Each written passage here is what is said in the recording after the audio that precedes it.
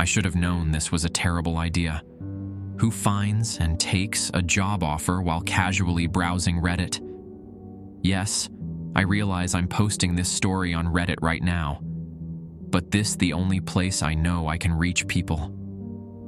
I love the front page of the internet, but it's no early 2000s era monster.com. It's not a site to find a job, unless it's a job literally working for reddit.com. I don't know. Look, I'm out of my mind right now. I messed up. I couldn't keep it all straight. I just couldn't do it. I don't know how much time I have, but I have a nifty little setting that will post whatever I have written on the subreddit if I'm AFK for more than 2 minutes. I don't know if I'll live long enough to hit the post button, so I'll type as much as I can. Sorry for any typos or information that doesn't make sense. My name doesn't matter. You can call me B. I'm going to try to give just the facts, ma'am. Again, forgive me if my words come out looking like the Conspiracy Charlie meme from Always Sunny. I love all things media, radio specifically. Talk radio more specifically. I remember as an early teen hearing Howard Stern and having my socks blown off by how wild his show was. As I grew into an older teen, around 18 to 19, I still appreciated the cheeky topics he and his crew discussed, but I started to understand the incredible talent he had for communication and honesty. I think his movie displayed how he decided to be truthful to his audience all the time, even if it hurt. He also did write the movie, so, well, take it for what it is. But I believe him. I say all that to say I wanted to work in some kind of radio format. Sirius was just in its infancy, soon to be catapulted into the mainstream by Howard, and the podcast era was also picking up steam. I didn't want to be on the air. I wanted to produce or write, do segments, research, things of that nature. I also loved scary stories, which had a great home on certain programs online and radio. This will come into play soon. I got a half-ride scholarship to Central Michigan University to their communications program. Exactly what I was looking for. I don't know how many programs I applied to or how many my parents helped me apply for, but this was the one that took me. Never heard of the school, much less the state. Fire up chips, I guess. Don't mistake my lack of excitement for not appreciating what I received. I had a blast every day for 4 years. I was lucky enough to pair up with some great dudes. Not the party types, just like me. We drank and had fun, sure, but not in the dude bro way that so many campuses are full of. All 3 of us are still friends to this day. I hope no one has to tell them to come to my funeral. After earning my bachelor's degree in communications, I had the same question as nearly every college grad does. Now what? At the time, this degree was as useful as a gender studies degree. Kidding, don't cancel me. I'm sure I'm way ahead of you on that one. Permanent cancellation. I toiled away, working on my craft. What I lacked in experience, I made up for with raw determination. I wanted to be the best at what I did, whatever that may be. I had a part-time gig producing some college radio shows while I was finishing my degree. Everyone in the field knows how unremarkable these late-night shifts can be. I loved it, though. Gave me a chance to feel like I was the Baba Booey to whatever Kmart version of Howard Stern was spinning records on any given night. I eventually moved on to some TV spots, production assistant jobs, and even working on a locally Emmy-nominated nature show on PBS. It was a blast. After not winning, I fell into a slog. Throughout my early career in media, I never forgot my love of scary stories. I always loved programs on urban legends, movies about monsters, and reading supposedly true ghost encounters. At this time, About 2012 or so, I found the term creepypasta, which was becoming all the rage on Reddit and beyond. That's what I wanted to do. Write, produce, and/or narrate these incredible stories about tall, scary killers and preteen psychopaths. I did a bit of work creating and producing YouTube videos for some early adapters of this medium. This failed to actually pay the bills, though, and I was forced to really work for a living. I held down some menial delivery jobs, boring security shifts, and, gulp, telemarketing scams. This is where the rando browsing of Reddit one night changed my life. I don't know how I found myself on this subreddit. I was just there. I go through a lot of scary story, creepypasta subreddits. I'm sure it was just on my recommended feed. The title hit me between the eyes like a sledgehammer. Want to earn money narrating creepypastas? Well, of course I do. There was no text in the preview, so I clicked on the title. The subreddit was called Enigma Reads. From memory, I'll attempt to give you all the gist of what the post said. The original post is gone now, for reasons that may become obvious later. Stay tuned. Hello, and welcome to Enigma Reads. I'll tell you this now, that upon further investigation, this subreddit did not have any other posts or interactions. I did not know this at the time. We are looking for exciting narrators to read spooky stories. They will range from all corners of the dark. Creepypastas, urban myth, true and uncanny. Is this something that interests you, Scary Gary? Well then, let's get started. There are just a few rules you must follow. These rules are non-negotiable. I knew this was coming. The dreaded rules, creepypasta channels. I'll give it a go.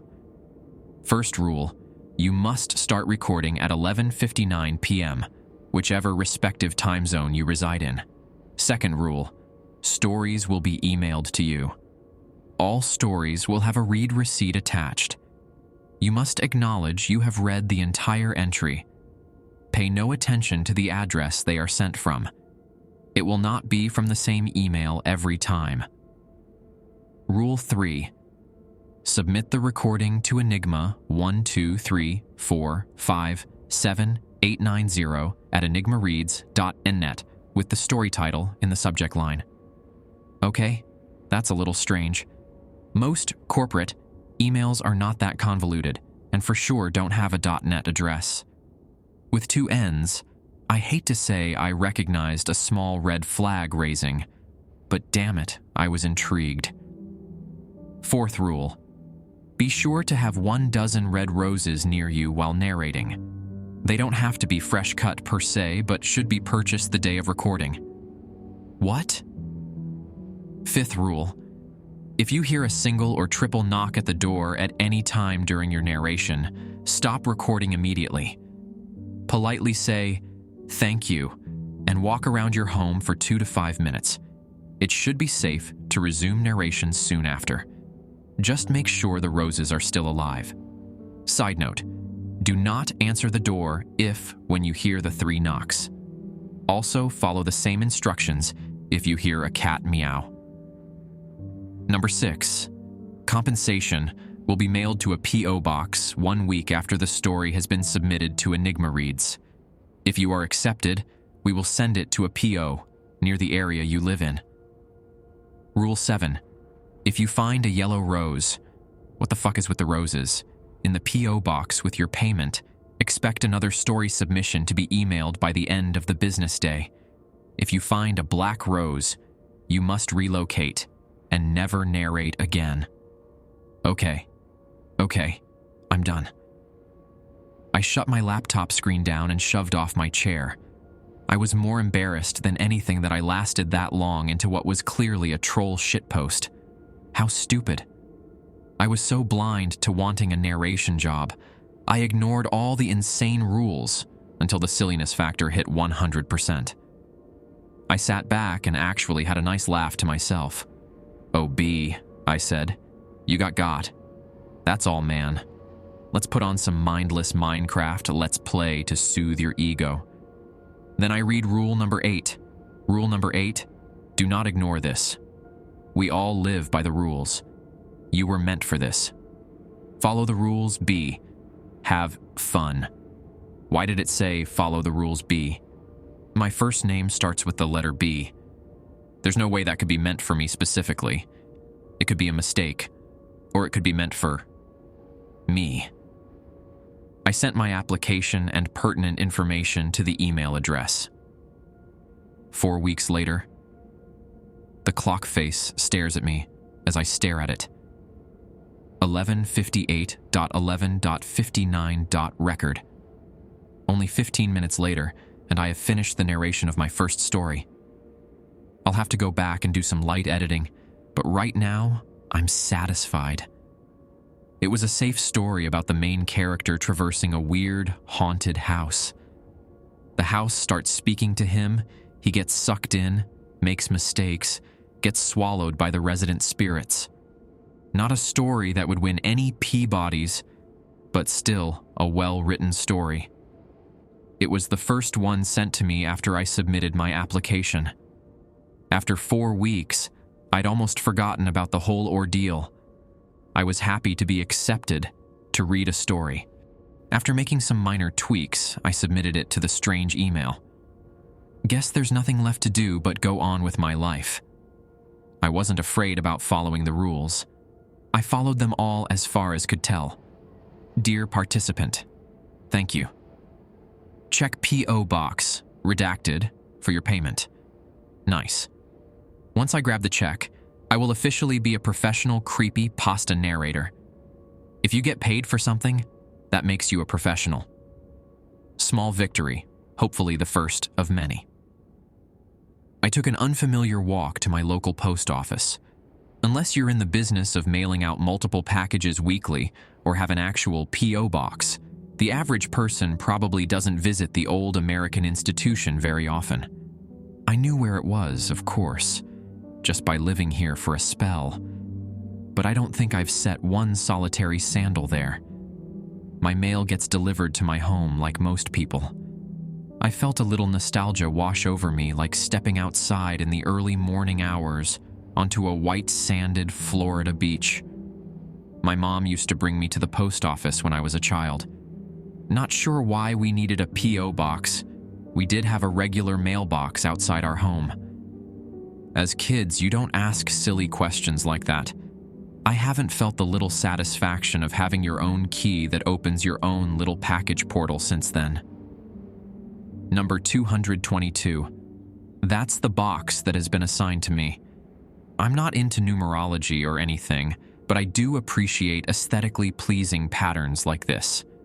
3 of the same number repeated. Lovely.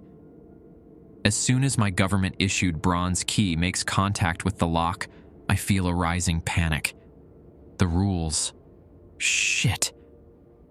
I forgot that I'm supposed to be looking for something beside the payment. I looked at my phone, hoping to have saved that Reddit post. Why didn't I save it? After I got my heart back down to maybe 160 from 190 beats per minute, I decided I had to either open it or just leave. Here. We go. An envelope. No rose, no flower. I don't think the rules said anything about not seeing any rose. I'm not sure. I wish I was sure. I shakily opened the envelope. It wasn't sealed, just tucked in like you would do if you gave a birthday card to a friend. A small eggshell-colored index card was inside. I saw green also, but I wanted to read what the card had to say. Enclosed is payment to, redacted, in the amount of $500 for story number 1, based on the agreed-upon rate of 10 cents USD for every word upon acceptance. Great working with you, and hope we do it again soon. Ta-ta. I craned my head toward the stained ceiling from the disco era and let out a generous belly laugh from my generous belly. This has been a goof. It's real, I mean, but it was just a cheeky game, like all internet shit now. There are no roses or knocks or witches or black cats. You know what? I appreciate the theater. Oh man, my journal will love this post. And I got a cool 500 for the story. Come to think of it though, I don't remember the agreed upon rate. This seems above standard, but, well, I'll take it. Hopefully I can do it again. Sliding into my home on a high as a professional writer, I threw my keys on the table, opened my fridge, and poured myself a 2-finger black velvet whiskey. Nothing but the best second-shelf liquor to celebrate my entry into the world of creepypastas. As fast as I downed the brown liquid, I dropped the, thankfully, plastic cup onto the ground, spilling ice everywhere. A solitary yellow rose was on my dining room table. A note accompanied the rose, rubber banded around the stem, written in crayon. Disturbing. We should have mentioned that the rules are somewhat fluid. The rose could be anywhere, not just in the P.O. box. Sometimes our benefactors want them inside of the home. Don't fret. Nothing was touched, and we locked up after words. Great story. Check your email for the next one. My head was spinning, not helped by the generous helping of Canadian whiskey I just downed. I have to sit down. What just happened? Someone was in my fucking house. I need another drink. After 1 or 7 more drinks, I stayed focused on the most beautiful, fullest rose I've ever seen, yellow or otherwise. Ding. I picked my phone up from its face-down position beside me on the couch. From storyfan@creepy.com, subject, new story. I read the synopsis of the story with glazed eyes. A generic ripoff of a Slender Man-style story. Kids go missing in a summer camp. Creepy tall guy sighted. Blah, blah, blah. I hunched forward, head in hands. How can I get over the fact that someone or something was in my home? I didn't feel like I was in danger, but I didn't like what was happening either. I did get a very real $500, though. I'm on my way to buy a dozen red roses. I am again eyeing the blazing red numbers of my digital clock. 11:59. Trance-like. I start to pound away on the keyboard. Before I know it, it's almost 5 a.m. It's a masterpiece, as far as throwaway rip-off creepypasta stories go. I'm not ashamed. Submit. I'm proud to say that a couple months later, I am starting to make a comfortable living pumping out stories to all corners of the web. I see them on YouTube, Spotify, and even have a series adapted for television. I couldn't be happier. Finally, being recognized for my talent is a feeling I can't put into words, despite being a professional writer now. No black roses, no more creepy rules popping up. I'm in a sublime state. I check my email to see another story. This one is right in my wheelhouse. Writer is working late, hears strange noises. Writer descends into madness. I get right to work. I didn't even look at the clock. This one kind of got away from me, in a good way. I don't go beyond 5,000 to 6,000 words often. In fact, it is an absolute rarity. After I snapped out of my writing trance, I realized I should start to edit this beast down. Knock, knock, knock. I almost jumped out of my skin. Thankfully, my writing fuel, whiskey, was not present in my highball. Otherwise, that would be either all over me or all over my computer. My poor heart starts to race. This is one of the rules, but I can't remember what I'm supposed to do. Damn it, what do? I hastily ran to the kitchen, where I scratched out the rules on my dry erase board. In my inebriated state, I could barely make out rule number 5. If a single or triple knock occurs at any time, stop writing immediately. Say thank you and remain calm. Shit, Thank goodness I was in some kind of sober mindset to write that out. "Thank you," I said, sheepishly into the ether. No response, of course.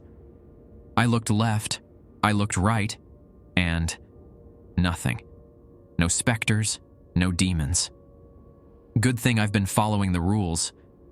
Silly to think these are actually real, but what's been working has been working, so I'm not going to chance it now. I plan on making my retirement on this gig. I wake up in pain, not unfamiliar pain, self-induced. I'll recover, I always do. Thankfully, it's an amazing 90 degrees out. Perfect for recovering from the night before, at least for me. I'll commence my hangover ritual. Take a walk, sweat it out, get some caffeine, and destroy something greasy. Preferably a Carl's Jr. burger. And that's what I did. And wouldn't you know it, I was feeling back to normal by the time I reached the post office. P.O. Box 222. This one will be a nice payday. That last story I submitted was well over 10,000 words. As I opened the box, I saw black. No light, and certainly no envelope containing cash or check. I had to shake my head and try to come back to reality. I'm feeling okay, but still hungover. I must not be seeing this right. I wasn't. I saw black because there was the largest black rose facing me that anyone had ever seen. I don't even know if this was truly a rose. The petals were at least double the size of a normal rose. For some dumb reason, I leaned in. I smelled it. It smelled great. It was real. The well-known phrase entered my mind. Stop and smell the roses. At that moment, I understood. I didn't understand, but I understood. Enjoy what you have. Be a good person. Fuck, I wish I was a better person. Wasting my life writing silly stories and not enjoying loved ones. Not enjoying everything. Not enjoying anything. There was a tiny note underneath the black rose. As I grabbed the rose, I felt a slight sting in my left hand. Warmth fills me. Liquid pain. Beneath the bloodstains, I could unfortunately read what the note said. Follow the rules. My skin turned ice cold. My brain shifted into 7th gear. I followed every rule. I put forth an honest effort. I wasn't trying to deceive anyone or anything. I was starting to get hyper. Tears were effortlessly falling from my eyes. At this point, I knew the final chapter was being written in front of me. I still don't understand. I said thank you. I stopped. What else do you maniacs want? My visceral caveman pleas were met by no reply. I was embarrassed to have lost my composure like that.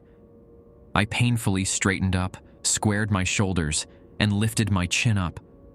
I'm going to walk home. I'm going to walk home and accept whatever is waiting for me like a man.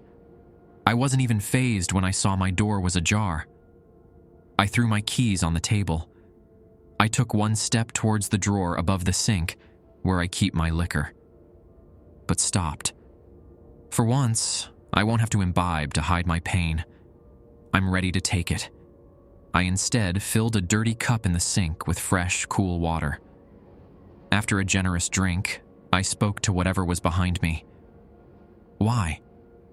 Sometimes good things happen to bad people. Sometimes bad things happen to good people. Some rules are made to be broken. Most are made to follow.